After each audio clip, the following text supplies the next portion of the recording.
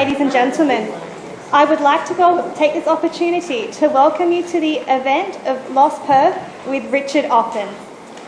Could you please all take your seats and make yourselves feel comfortable? Thank you all for being here tonight.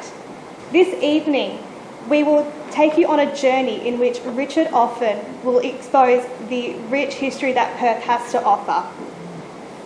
Before we commence this evening, Andrea will give the acknowledgement of country.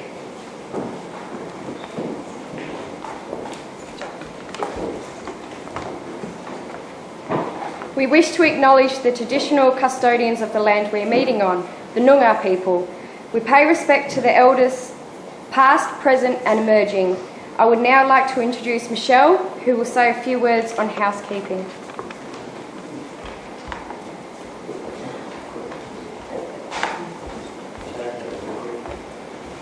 Hi everyone, just a few little housekeeping rules. So if you could please keep your phone on silent, that would be greatly appreciated. The toilets are through that door, it's to your left, go to the very end, go out that door, and then to your right, but if you forget that, you can just ask one of us, we'll be able to help you. The fire exits are located at the door that you came in, and the muster point is on the other side of the building, but nothing will happen. So refreshments will be provided after Richard has finished speaking, that's all at the back there, and he will also have his books available for purchase and signing. I'd like to now hand you over to Alan, who will introduce our speaker for the night. Thank you.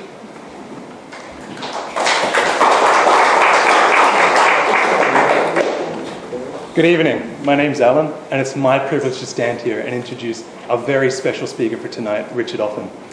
After 13 years of working as the Executive Director at Heritage Perth, Richard Offen immersed himself in the history of Perth and WA. During his retirement, Richard Offen used his knowledge of Perth's history to write several books, as well as host walking tours of Perth's historic sites, as well as being a knowledgeable lecturer on the subject. Richard Offen is the author of Lost Perth and Perth Then and Now, as well as being a regular broadcaster on radio and television. Today he'll be talking about Perth's beloved buildings and institutions which have disappeared over time. Without any further delay, please welcome our renowned speaker, Richard Offen.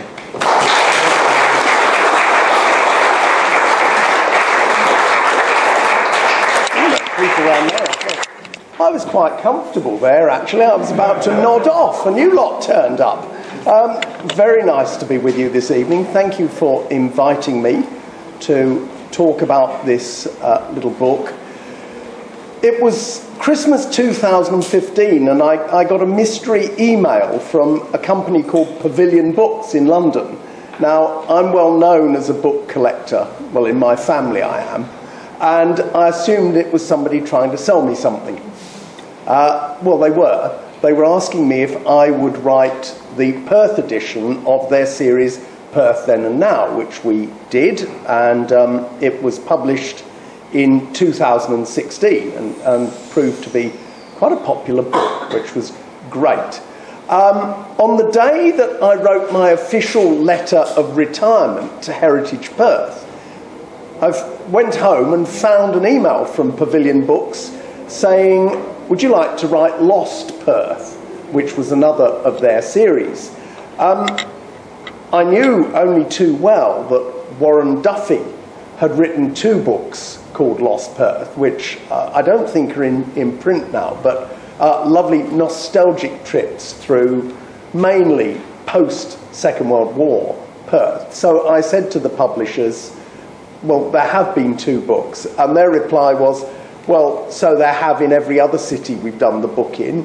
Yours will be different from that one, and there is no copyright on a title like Lost Perth. There can't be.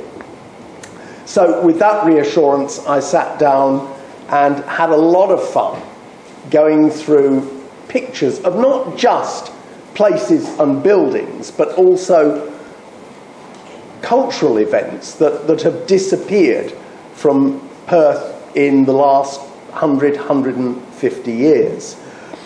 One of the things that I learnt with Perth Then and Now, particularly with the old photos, was don't start writing about them until you've seen the high-resolution version of the photo. That's the one that you can blow up to a good size, because it's always amazing what you can see.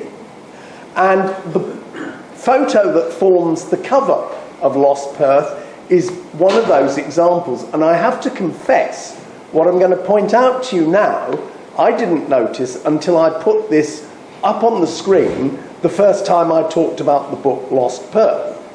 This was taken in 1898, down on the Esplanade. I'll talk about the old city baths.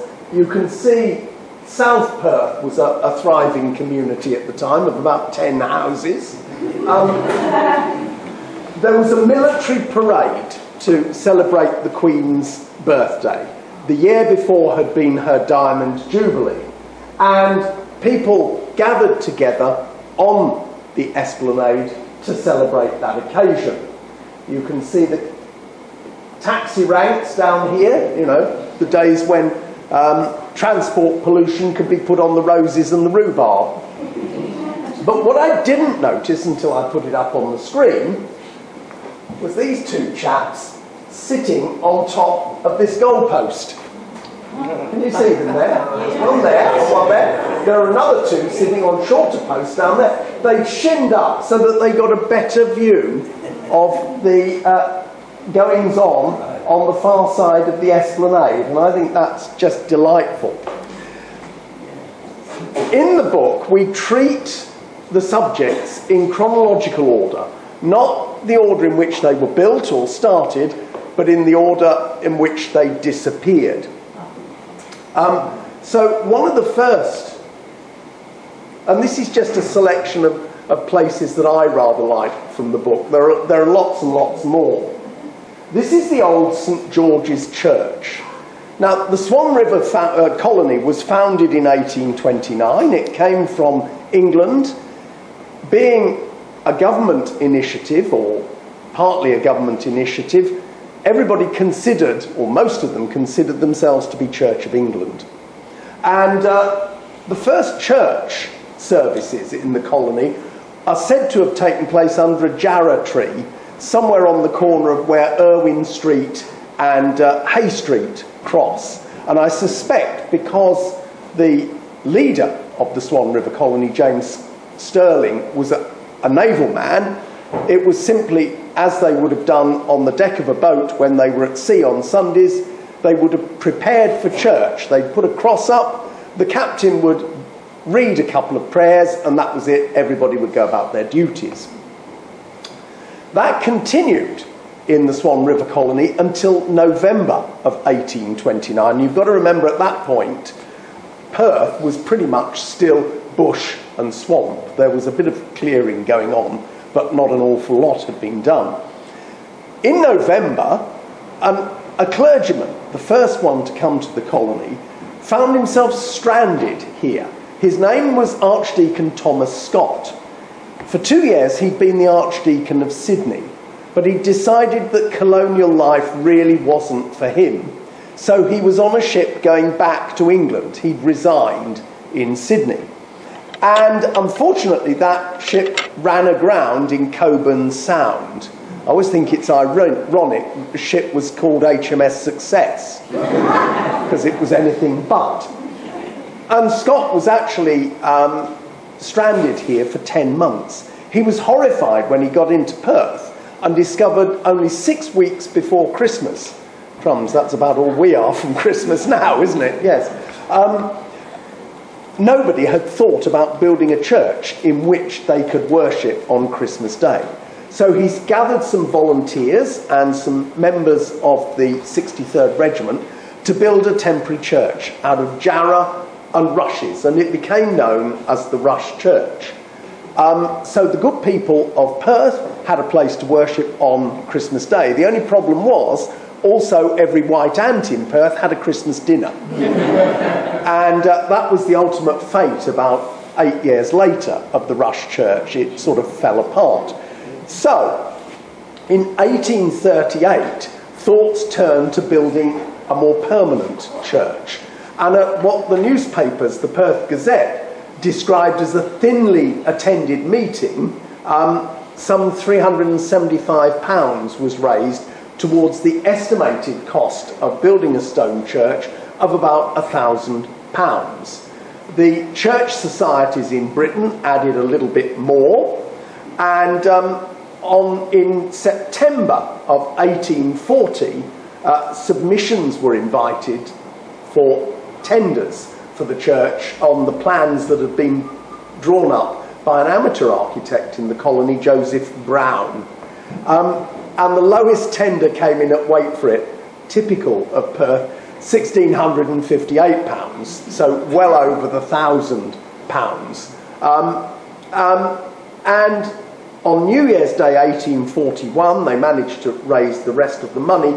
The foundation stone was laid by Governor Hutt, and the Perth Gazette said it was laid in the presence of a goodly assemblage of the inhabitants and several strangers. Now, I find it hard to believe in a small place 15,000 miles from England there could be any strangers at all, but there you are. 4 years later, on the 22nd of January, the first service took place in this building, which was the original St George's Church. Now, I've never quite worked out whether St George's Terrace was named after the church or the church was named after the terrace. Nobody's ever been able to tell me that. So about 500 people attended the opening of the church, and although there was no organ, there was considerable choral music, and the service ended with we're told, a hearty rendition of the Alleluia chorus. How hearty it was, I don't know. There were only 6 men and 9 women in the choir, so it was hardly the massed choir of Wazo. It's interesting that in Anglican, 2 things about this church. Traditionally, churches, particularly Anglican churches and Roman Catholic churches, are orientated with their main axis east-west, with the altar at the east end, which is symbolic. The rising of the sun symbolises the risen Christ, and that's how it is. This church was orientated north-south. Nobody knows why. I do wonder whether it wasn't the same as or had happened to St John's Church in Albany, where the altar is actually at the west end of the church rather than the east. And there we've got documentary evidence that the builder had the plans upside down. So clearly this builder had them at 90 degrees or something like that. The other thing is that the sacraments, particularly Holy Communion, Confirmation, Baptism, cannot legally take place in Anglican Church until it has been consecrated by a bishop. Now, there was no bishop in Perth in 1845, and they had to wait 3 years until Bishop Short, the Bishop of Adelaide, came and actually consecrated the church on the 15th of November 1848. So presumably everything that had gone on in that church didn't count until that had happened. In 1856, the Diocese of Perth was formed, and Perth got its own bishop. Bishop Matthew Blagden Hale was consecrated as the first bishop. That was when Perth became a city, and St George's Church got elevated to the status of cathedral. A bishop has a bishop's seat, which is called a cathedra, and the principal church of the diocese is the cathedral in which the cathedra is placed. So this became a cathedral, and in Britain it was traditional that any town that had a cathedral automatically became a city. As the convict period started in the 1850s, so the population of Perth grew, and they began to feel like sardines in a tin in this church. So in 1864, they added the 2 side wings called transepts, just to increase the size of this church. The congregation continued to grow, until in the late 1870s it was decided this just wasn't fit for purpose. And they started raising money to build the present St George's Cathedral, which was consecrated exactly 40 years later to the day on the 15th of November 1888. After that, St George's Cathedral was sort of here. You can see how close this was to the town hall. After that, this poor church was abandoned, left empty and forlorn, and 3 years later, in 1891, it was demolished. Now, if you've ever walked up Cathedral Avenue between the old Treasury building and St George's Cathedral, you will have actually been walking over this building, because they used the crushed limestone to make the road, which forms Cathedral Avenue. Rather elegant building, sort of typical of its mid-19th century architecture for ecclesiastical buildings. So that was the first church in Perth. This was one of the very earliest residences in Perth, on St George's Terrace. This is Elfer Cottage. It was the home of Alfred Stone, who was one of the first lawyers to come to Perth. He arrived in late 1829 with his family, and in 1830 he was granted this lot of land about 5 doors up from the junction of St George's Terrace, Adelaide Terrace, and what we now call Victoria Avenue. It was the first private residence on St George's Terrace, which is why Alfred called it Elfer Cottage, Elfer being the first letter of the Greek alphabet. Others soon followed after this was completed in 1833. And it's very typical of the early houses of the time all over Perth. Either a mud brick, sun-dried mud brick, or what they used to call pug, which was a mixture of clay and straw beaten down to form the walls. She oak shingles on the roof. This was the main living quarters, so the bedrooms, the drawing room, other rooms. There was an office on the side from which Alfred conducted his legal business. And then a few metres separated at the back of the house were the outbuildings where the kitchen was, and workshops and stables and things.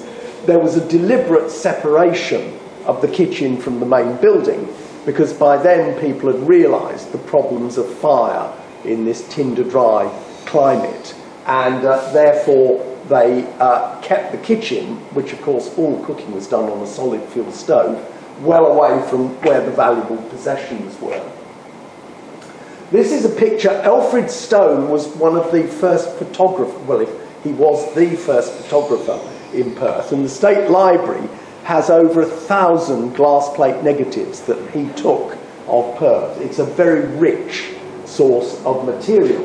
And this is a photograph he took inside Elfer Cottage in about 1864. It's his daughter Fanny sitting in their living room, and you can just see this fuzzy bird cage in which was their tame white cockatoo called Cocky.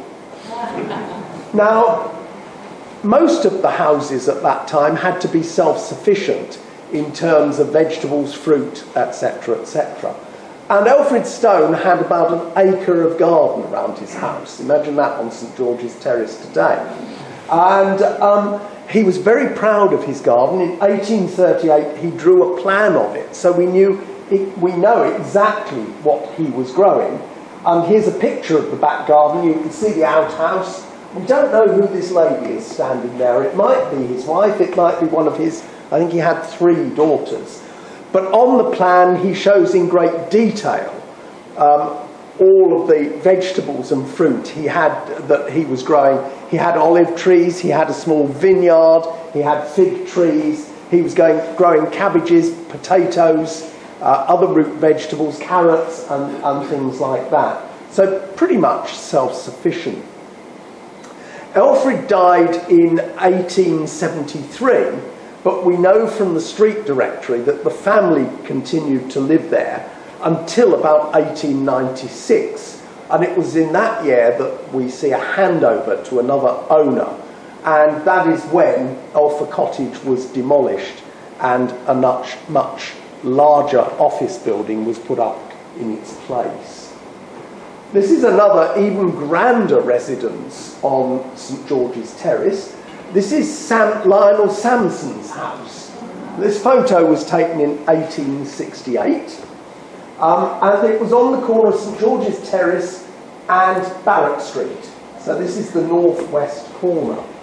Lionel Sampson was from a rich merchant family in London, and he and his brother William arrived here in August of 1829, and it's said within a couple of hours of disembarking from the ship in Fremantle, they'd set up trestles and were selling all of the goods that they bought to sell here. So he was a canny businessman. And in fact, Lionel Sampson and Son still continues to this day as a merchant, and is now the oldest continually family-run business in Australia.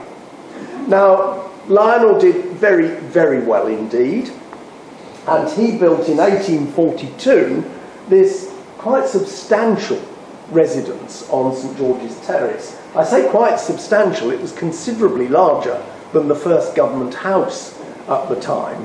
And the Perth Gazette said that it was, and I quote, more in keeping with the fashionable houses of Sydney than the simple dwellings of Perth. So, you know, Elfrid Stone down the street had a very humble dwelling compared to this.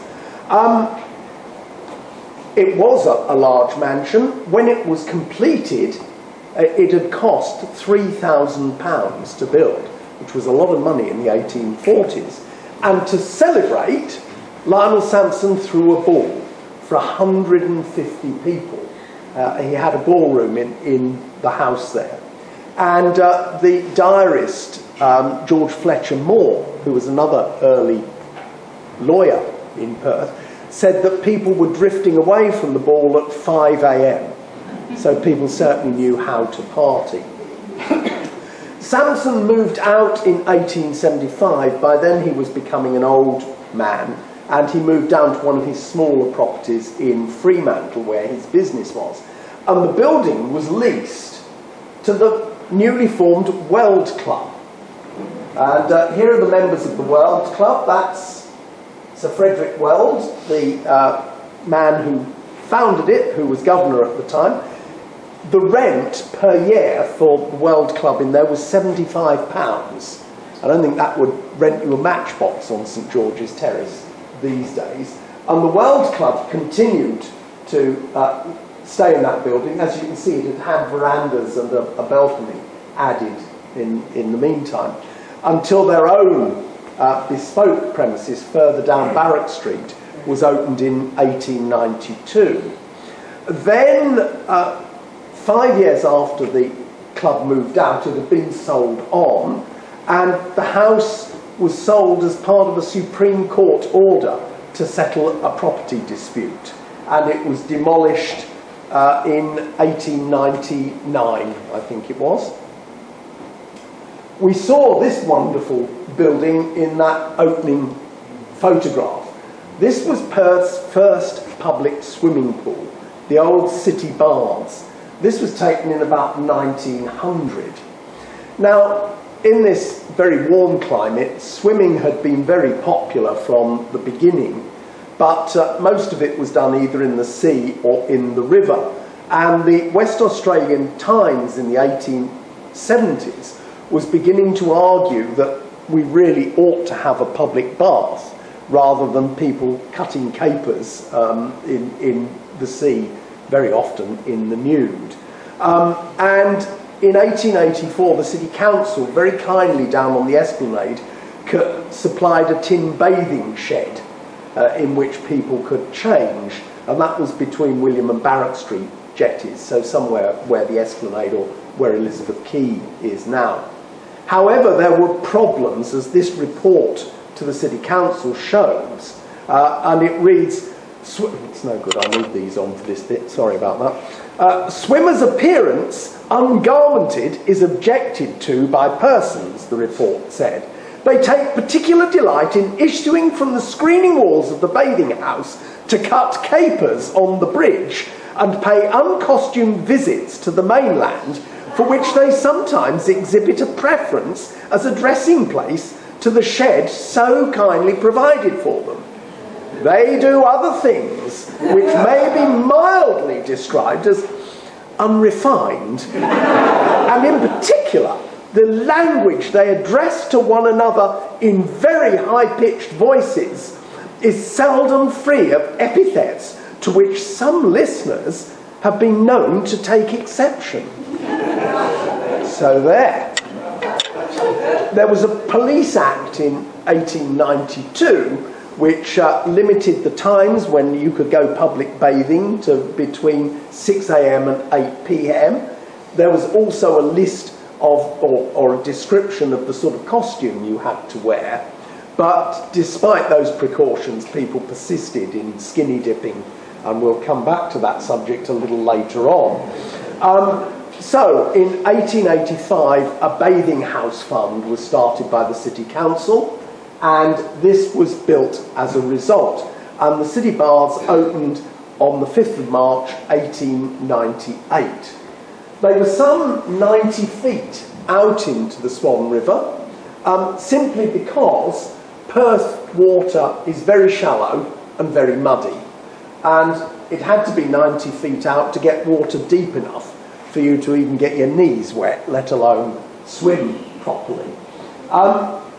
Somebody once said to me, why did they import something from St. Petersburg in the way of the design? Well, this was a very popular form of architecture at the time. It was called Moorish architecture, so it's Turkish rather than anything else.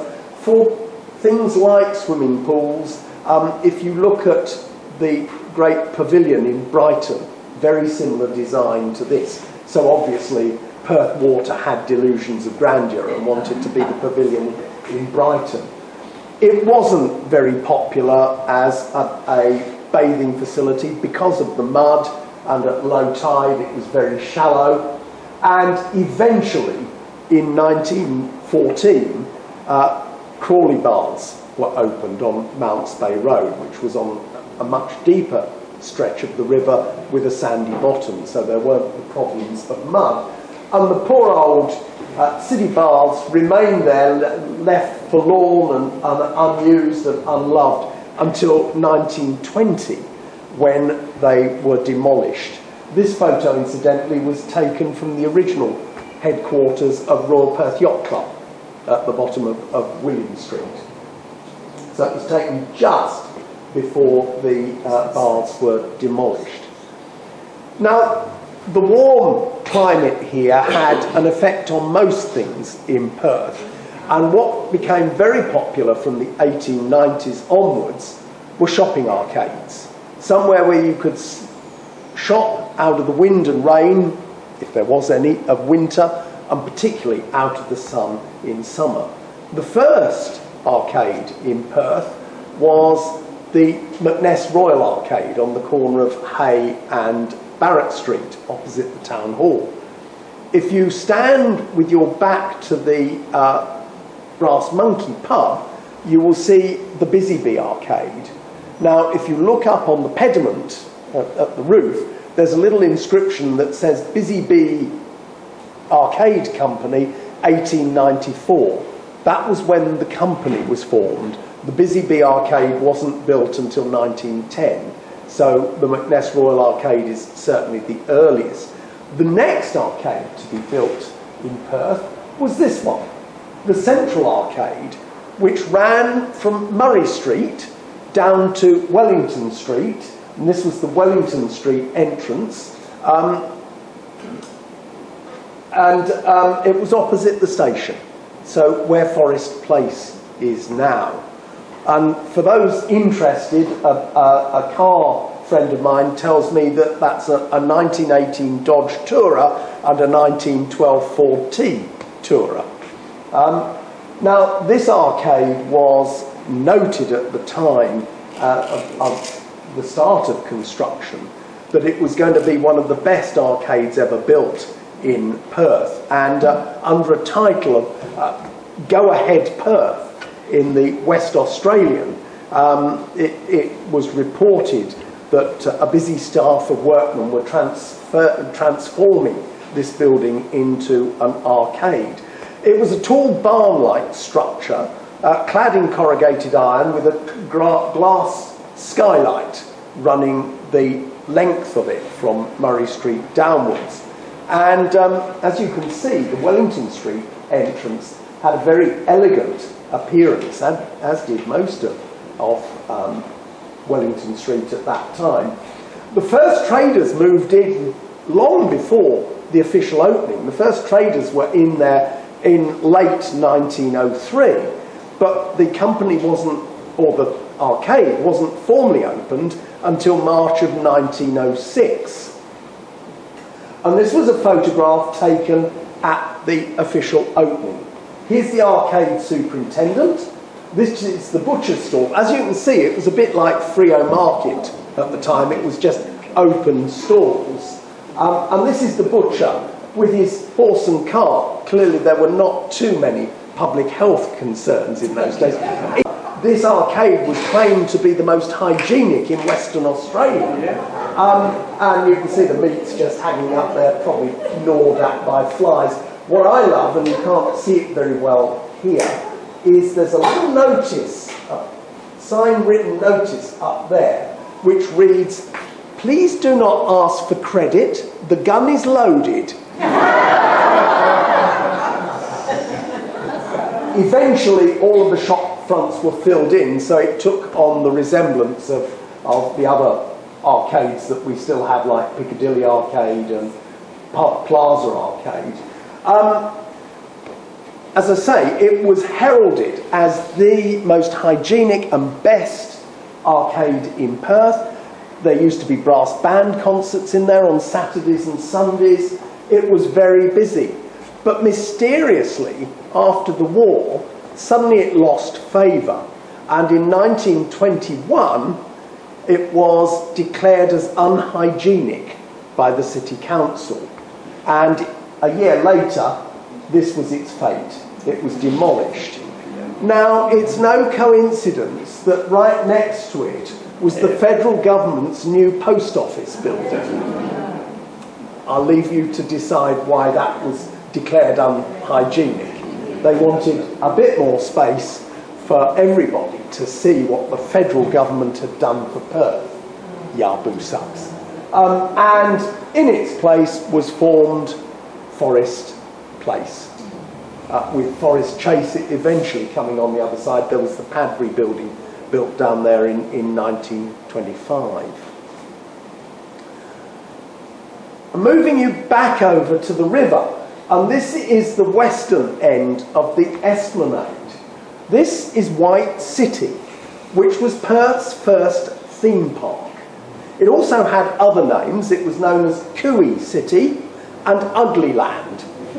It was called Uglyland because the Ugly Men's Association, and no, I'm not a founder member, used to put on charity functions in Uglyland.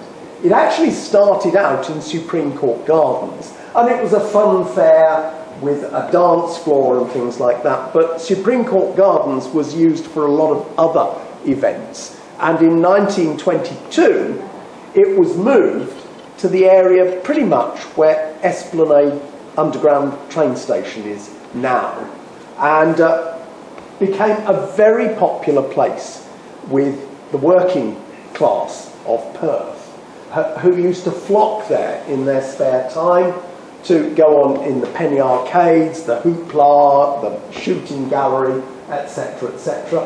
There was a slide here. Here's a rather impressive, there's the slide. The entrance was rather impressive. The trouble was that the more refined of Perth considered that this place was immoral because the working classes were enjoying themselves there, I guess. And also it was frequented by Aboriginals at a time when they weren't really allowed into the city. There were all sorts of complaints about it. One newspaper complained that on the dance floor, young men were dancing with ladies to which they hadn't been introduced. Absolutely outrageous. And it all came to a head, and there were lots and lots of complaints. And then, in 1929, the snake charmer got bitten by his own snake. And that was pretty much the death knell for this place. And it was closed down, and the whole thing was dismantled. One or two of the buildings were left and were actually used as a soup kitchen during the Great Depression, which followed pretty rapidly after. I think most people in Perth were depressed that their lovely fun palace had disappeared. It was replaced by tennis courts and then eventually the station and the convention centre. Now, just along the river, not too far along the river going towards Fremantle, was another source of entertainment for the masses. This is the Dalkeith Hot Pool. Oh, not as many. Ooh, I used to go there. It's interesting. You obviously have better places up here in Maylands under Garrett Road Bridge and things. The story of this pool, which was at the far end of the Dalkeith Esplanade, down where Tarrawarri Entertainment Centre was. That's now closed down, I gather. Up on the hill above was Sunset Hospital. And just after the First World War, they required a supplementary source of water. So they sunk a borehole on the Esplanade, and at about 1,300 feet, they found water, which turned out to be hot water. It was thermally heated. So they sunk a pipe down, ran the pipe up to Sunset Hospital. Now go figure this, where it was put through a refrigeration unit to turn it into cold water. Not quite the brightest in the pack, obviously. At some point in the early 1920s, there was a problem with some sort of valve in this pipeline, which caused a back pressure that cracked the pipe down on the Esplanade. And in a depression in the ground, warm water started appearing. The locals excavated it a bit to make it a bit more user-friendly as a little paddling pool and swimming bath. And it became very popular during the 1920s. And they put rocks around it, just to give it an edge. And even boaties would moor up there and go and have a paddle and a swim. It got the reputation of being a spa, therapeutic waters, but an analysis showed that there was a slightly higher concentration of salt, but nothing else in there that would make you better or worse. The only problem was that the far end of the Esplanade is somewhat remote. And this pool began to be frequented at all hours of the day and night, particularly at night, by people who fancied a quick skinny dip. Well, of course, this caused outrage in Perth, and it was the Perth Daily Mirror, the paper that everybody loved to hate, who really went to town. And every time the police went down there and caught something, there would be a headline in the Mirror like, "Hijinks at the hot pool." My favourite is this one from December 1935, when the Mirror wrote under a heading, "Nudity in Dalkeith." In the early hours of this morning, the police descended on the hot pool at Dalkeith, and there discovered 2 young men bathing in the nude. Also present were 2 girl companions who wore only one minute garment each. And it doesn't say where they were wearing that either. The quartet was charged in the police court this morning when one of the men was fined £5 and the other £4. On one male, a further penalty of £2 was imposed for tendering a false name. The girls were fined £1 each. The newspaper then went on, incidentally, bathing in the nude, or nearly nude, has been going on of warm nights at the hot pool at Dalkeith for so many years. Many people will probably consider the quartet unlucky to have been caught out of the scores who go there minus their bathers. The nudity continued and got worse during the Second World War because the Americans came to Perth and the Esplanade was their PT training ground, physical training. And the physical training went into the night quite a lot. In 1945, in order to try and stop all these hijinks, and incidentally, they even formed a little illicit bar down there called Houseman's Hangout, with illicit hooch and grog and goodness knows what else. The Nedlands Road Board, the predecessor to City of Nedlands, fenced in the pool and again obligingly provided a changing hut, but it still continued to be used at night. Again, it was done up some more in the early 1950s. And I always find it quite amusing that in November 1952, 60 Jehovah's Witnesses were baptised in the hot pool. Nobody's told me what they were wearing or whether they realised what had been going on probably the night before there. Eventually, in 1957, the water of the hot pool was declared unfit for bathing. Interestingly, it was still being used up at the hospital for washing up and things, and they filled the pool in. And if you go along to the end of the Esplanade and take a look behind Tarrawarry, you can see the depression where the hot pool was. And I read a few months ago that some of the residents of Dalkeith are suggesting that it be opened up again. Swanbourne might have competition again, you never know. Another much more refined cultural activity here in Perth during the 50s was Flower Day. This was a fundraising effort by Silver Chain. It started in South Australia in the late 1930s and became a very popular event there. And Perth, of course, with its amazing displays of wildflowers in the spring, decided that this would be an excellent way to raise money for such an important cause as Silver Chain. So in 1949, a committee was formed to organise Flower Day for Perth. A committee of, wait for it, 200 people. I always say a committee of 3 with one on holiday and one off sick is the best committee, but that was what happened. And in 1950, the first Flower Day took place, and the city really took to it with gusto. As you can see, I think this taxi driver went a little over the top.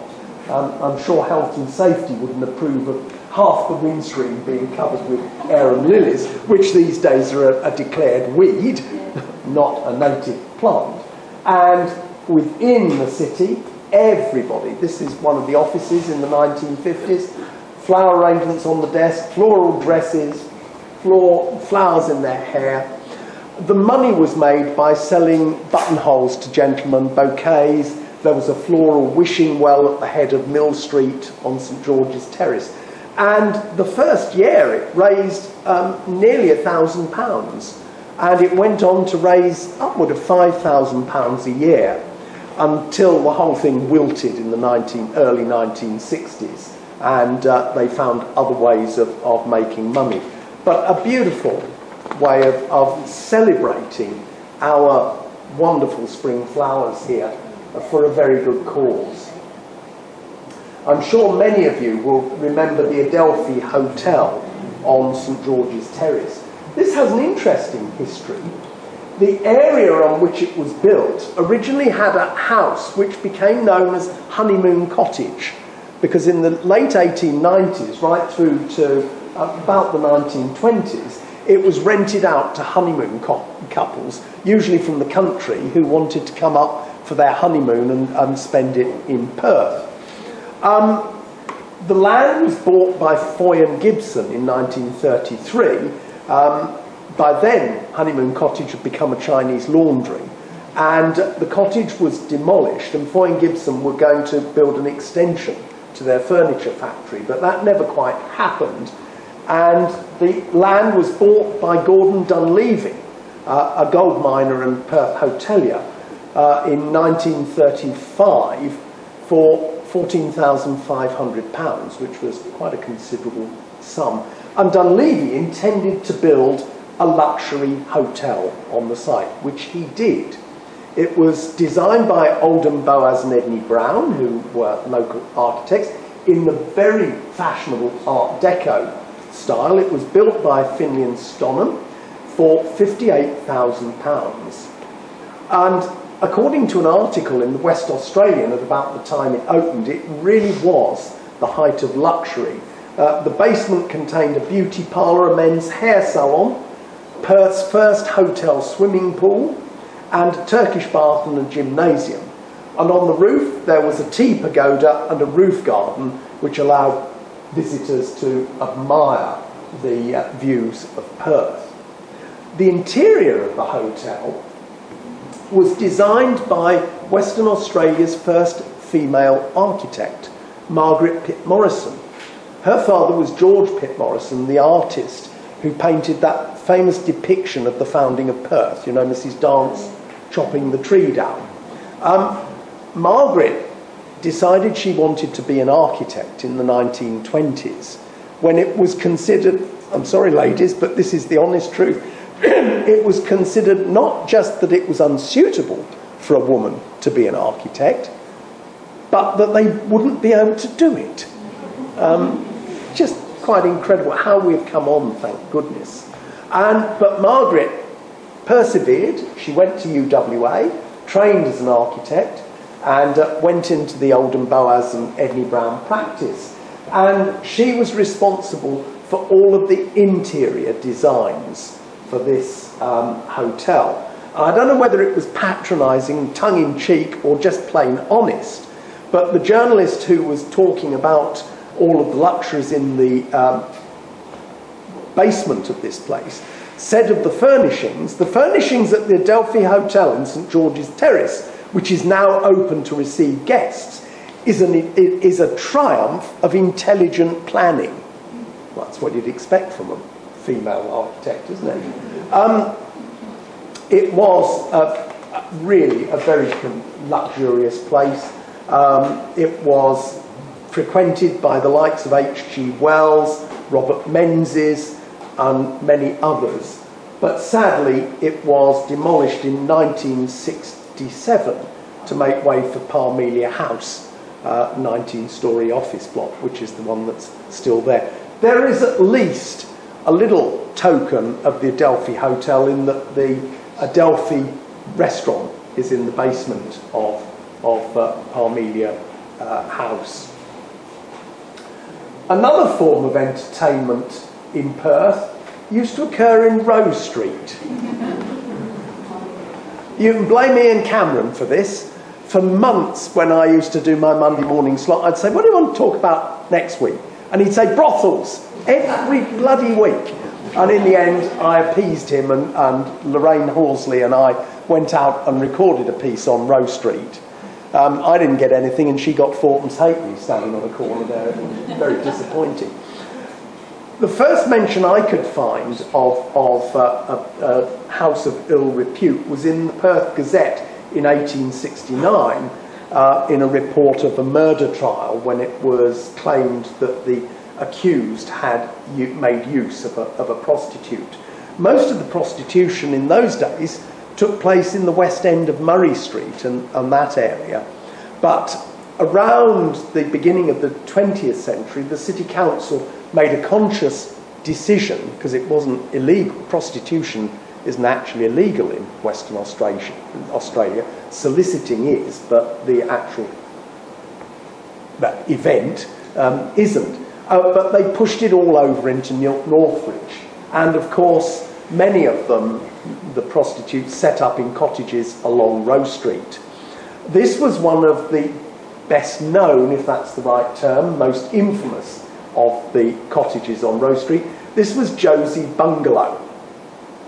It was owned by Josie Debray, who was a well-known madam in town. She had several other brothels as well, and it operated roughly where the freeway goes over Rose Street now. It operated there for a number of years. Incidentally, in a police report in 1911, it was said there were 75 brothels in the area in the area of Row, William James and Aberdeen Street. So it was big business over there. Now, poor old Josie ran this brothel herself, and at one point she got wounded when one Saturday evening she refused to allow two men to enter who were a little the worse for alcoholic wear, and she locked the front door. One of them just happened to have a pistol in his pocket, tried to blow the lock off, and Josie got skimmed by some of the shrapnel, but there was no real harm done. And this brothel continued until 1958, when the city of Perth claimed that it had closed down all of the brothels. What is interesting is that that bungalow backed onto the service station in James Street, the petrol station. And there was a secret entrance at the back of the petrol station where, if you didn't want anybody to know where you were going, you went through that entrance into Josie's bungalow. It makes the term a service station quite a different form, doesn't it, really? I like the old petrol pumps in this. I think that's fabulous. So 1958 it was claimed. It can't be true, because certainly in the 60s the State Library has got photographs of men queuing up outside brothels in Rose Street at the back gates. And a friend of mine said that she can always remember driving down Rose Street one Saturday evening with her parents and saying to them, seeing these men queued up outside 2 or 3 of these places, said to her mother, "What are they doing?" And her mother said, "Waiting for fish and chips."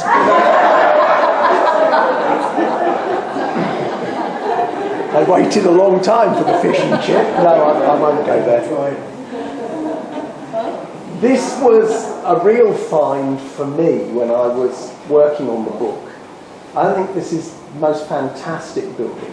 This was originally known as Viking House. It was on William Street, on the west side of William Street, roughly where Central Park is now, so just down the slope from Hay Street. It was built for the Strelitz brothers, who were Germans who emigrated here in the early 1880s. And they built this multi-storey, multi-use block. It was 7 stories high. It was designed by a local architect, Joseph Ashton, who I think was very clever, because it was only on a fairly small block, and he wanted to give the impression of extreme height. It was said to be, in the local papers, Perth's first skyscraper. Well, it was only 7 stories high, but using these strong vertical lines gave it that air of height, which was quite incredible. It was named Viking House because over the front door was this wonderful bust of a Viking. And I think it was called Viking House because the Strelitz brothers were the honorary consuls for the Netherlands and Denmark and Sweden at the time. So they probably had a connection and may have had offices in there for the consuls. And so it was Viking House. It was mixed offices and other uses, quite luxurious. Each office had its own strong room, and on 2 floors there were clubs. The Amateur Sports Association had I think it was the second floor, and the services club had the top floor of the building. And here you can see in the lower one, the Women's Services Guild luncheon on the 27th of August 1929. You'll notice there's one rebel in the middle of this, a lady without a hat on. It's absolutely outrageous at that time. Later, the third floor of this building was converted into Perth's first nightclub, the Miami Club, and it opened in August of 1937, by which time, because of the First World War, the house had become known as National House. It had dropped the Viking.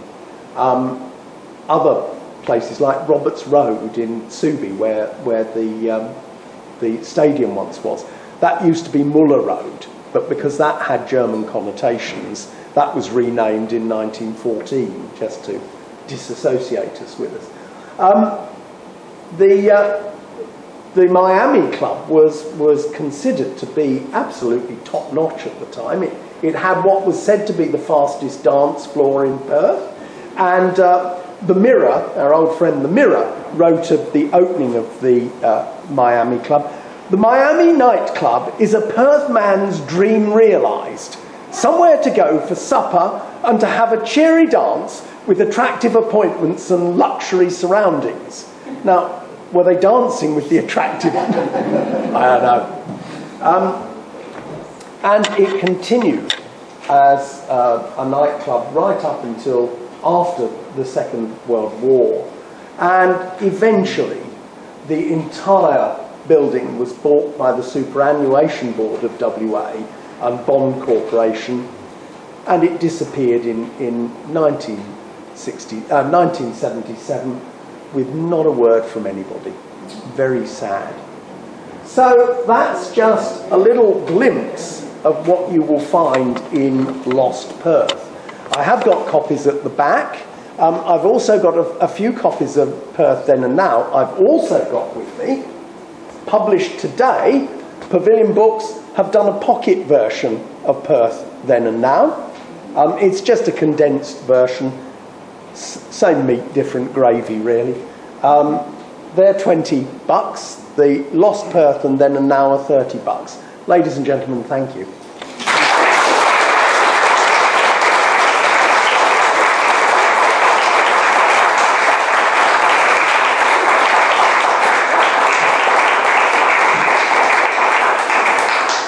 Thank you, Richard. Are there any questions from our audience tonight? Yeah. They missed St George's Terrace, the gentleman's toilet underground. Oh, yes. Yeah.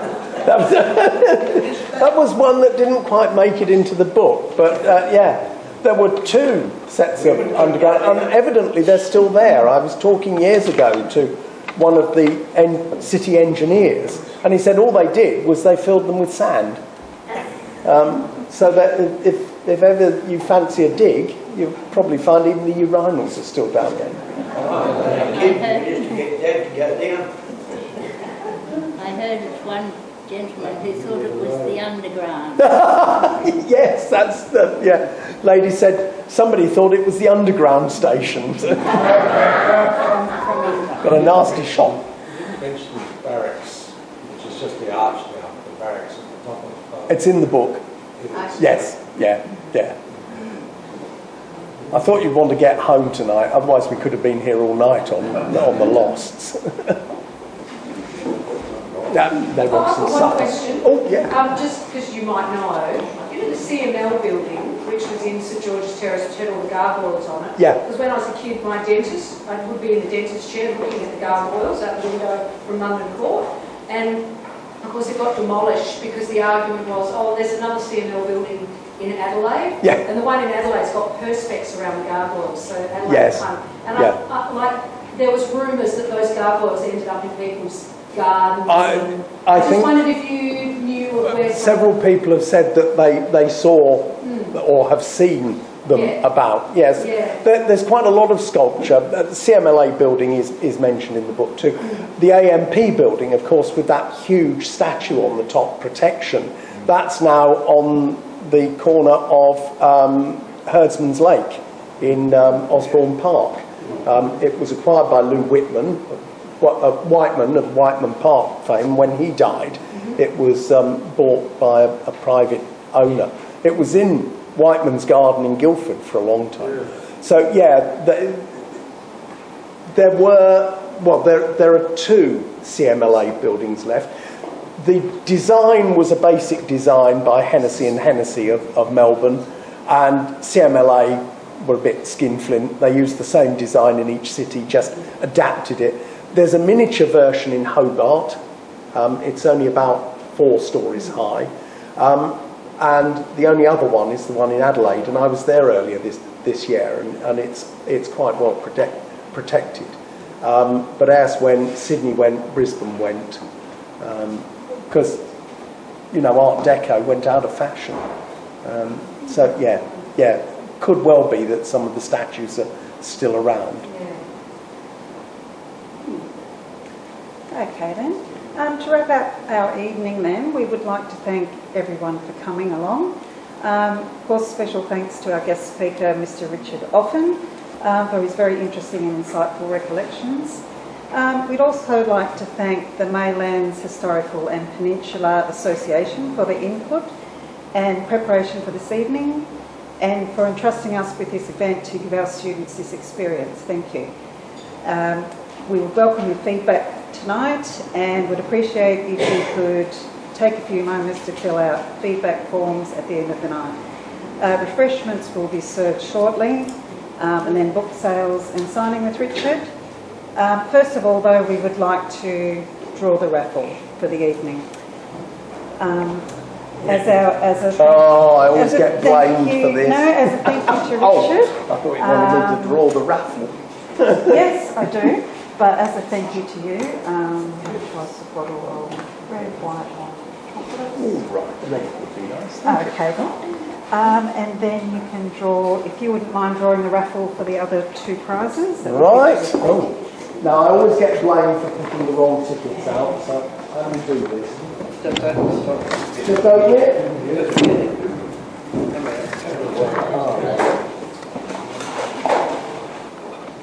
How many have we got to draw? 2. Just 2. Just 2. Hold on to your hats. It's a yellow one. Des. 024. Okay. Des? There. Or white wine? Okay. One more coming out. Oh, I've got 2 there. Again, a yellow one, 004, John Toohey.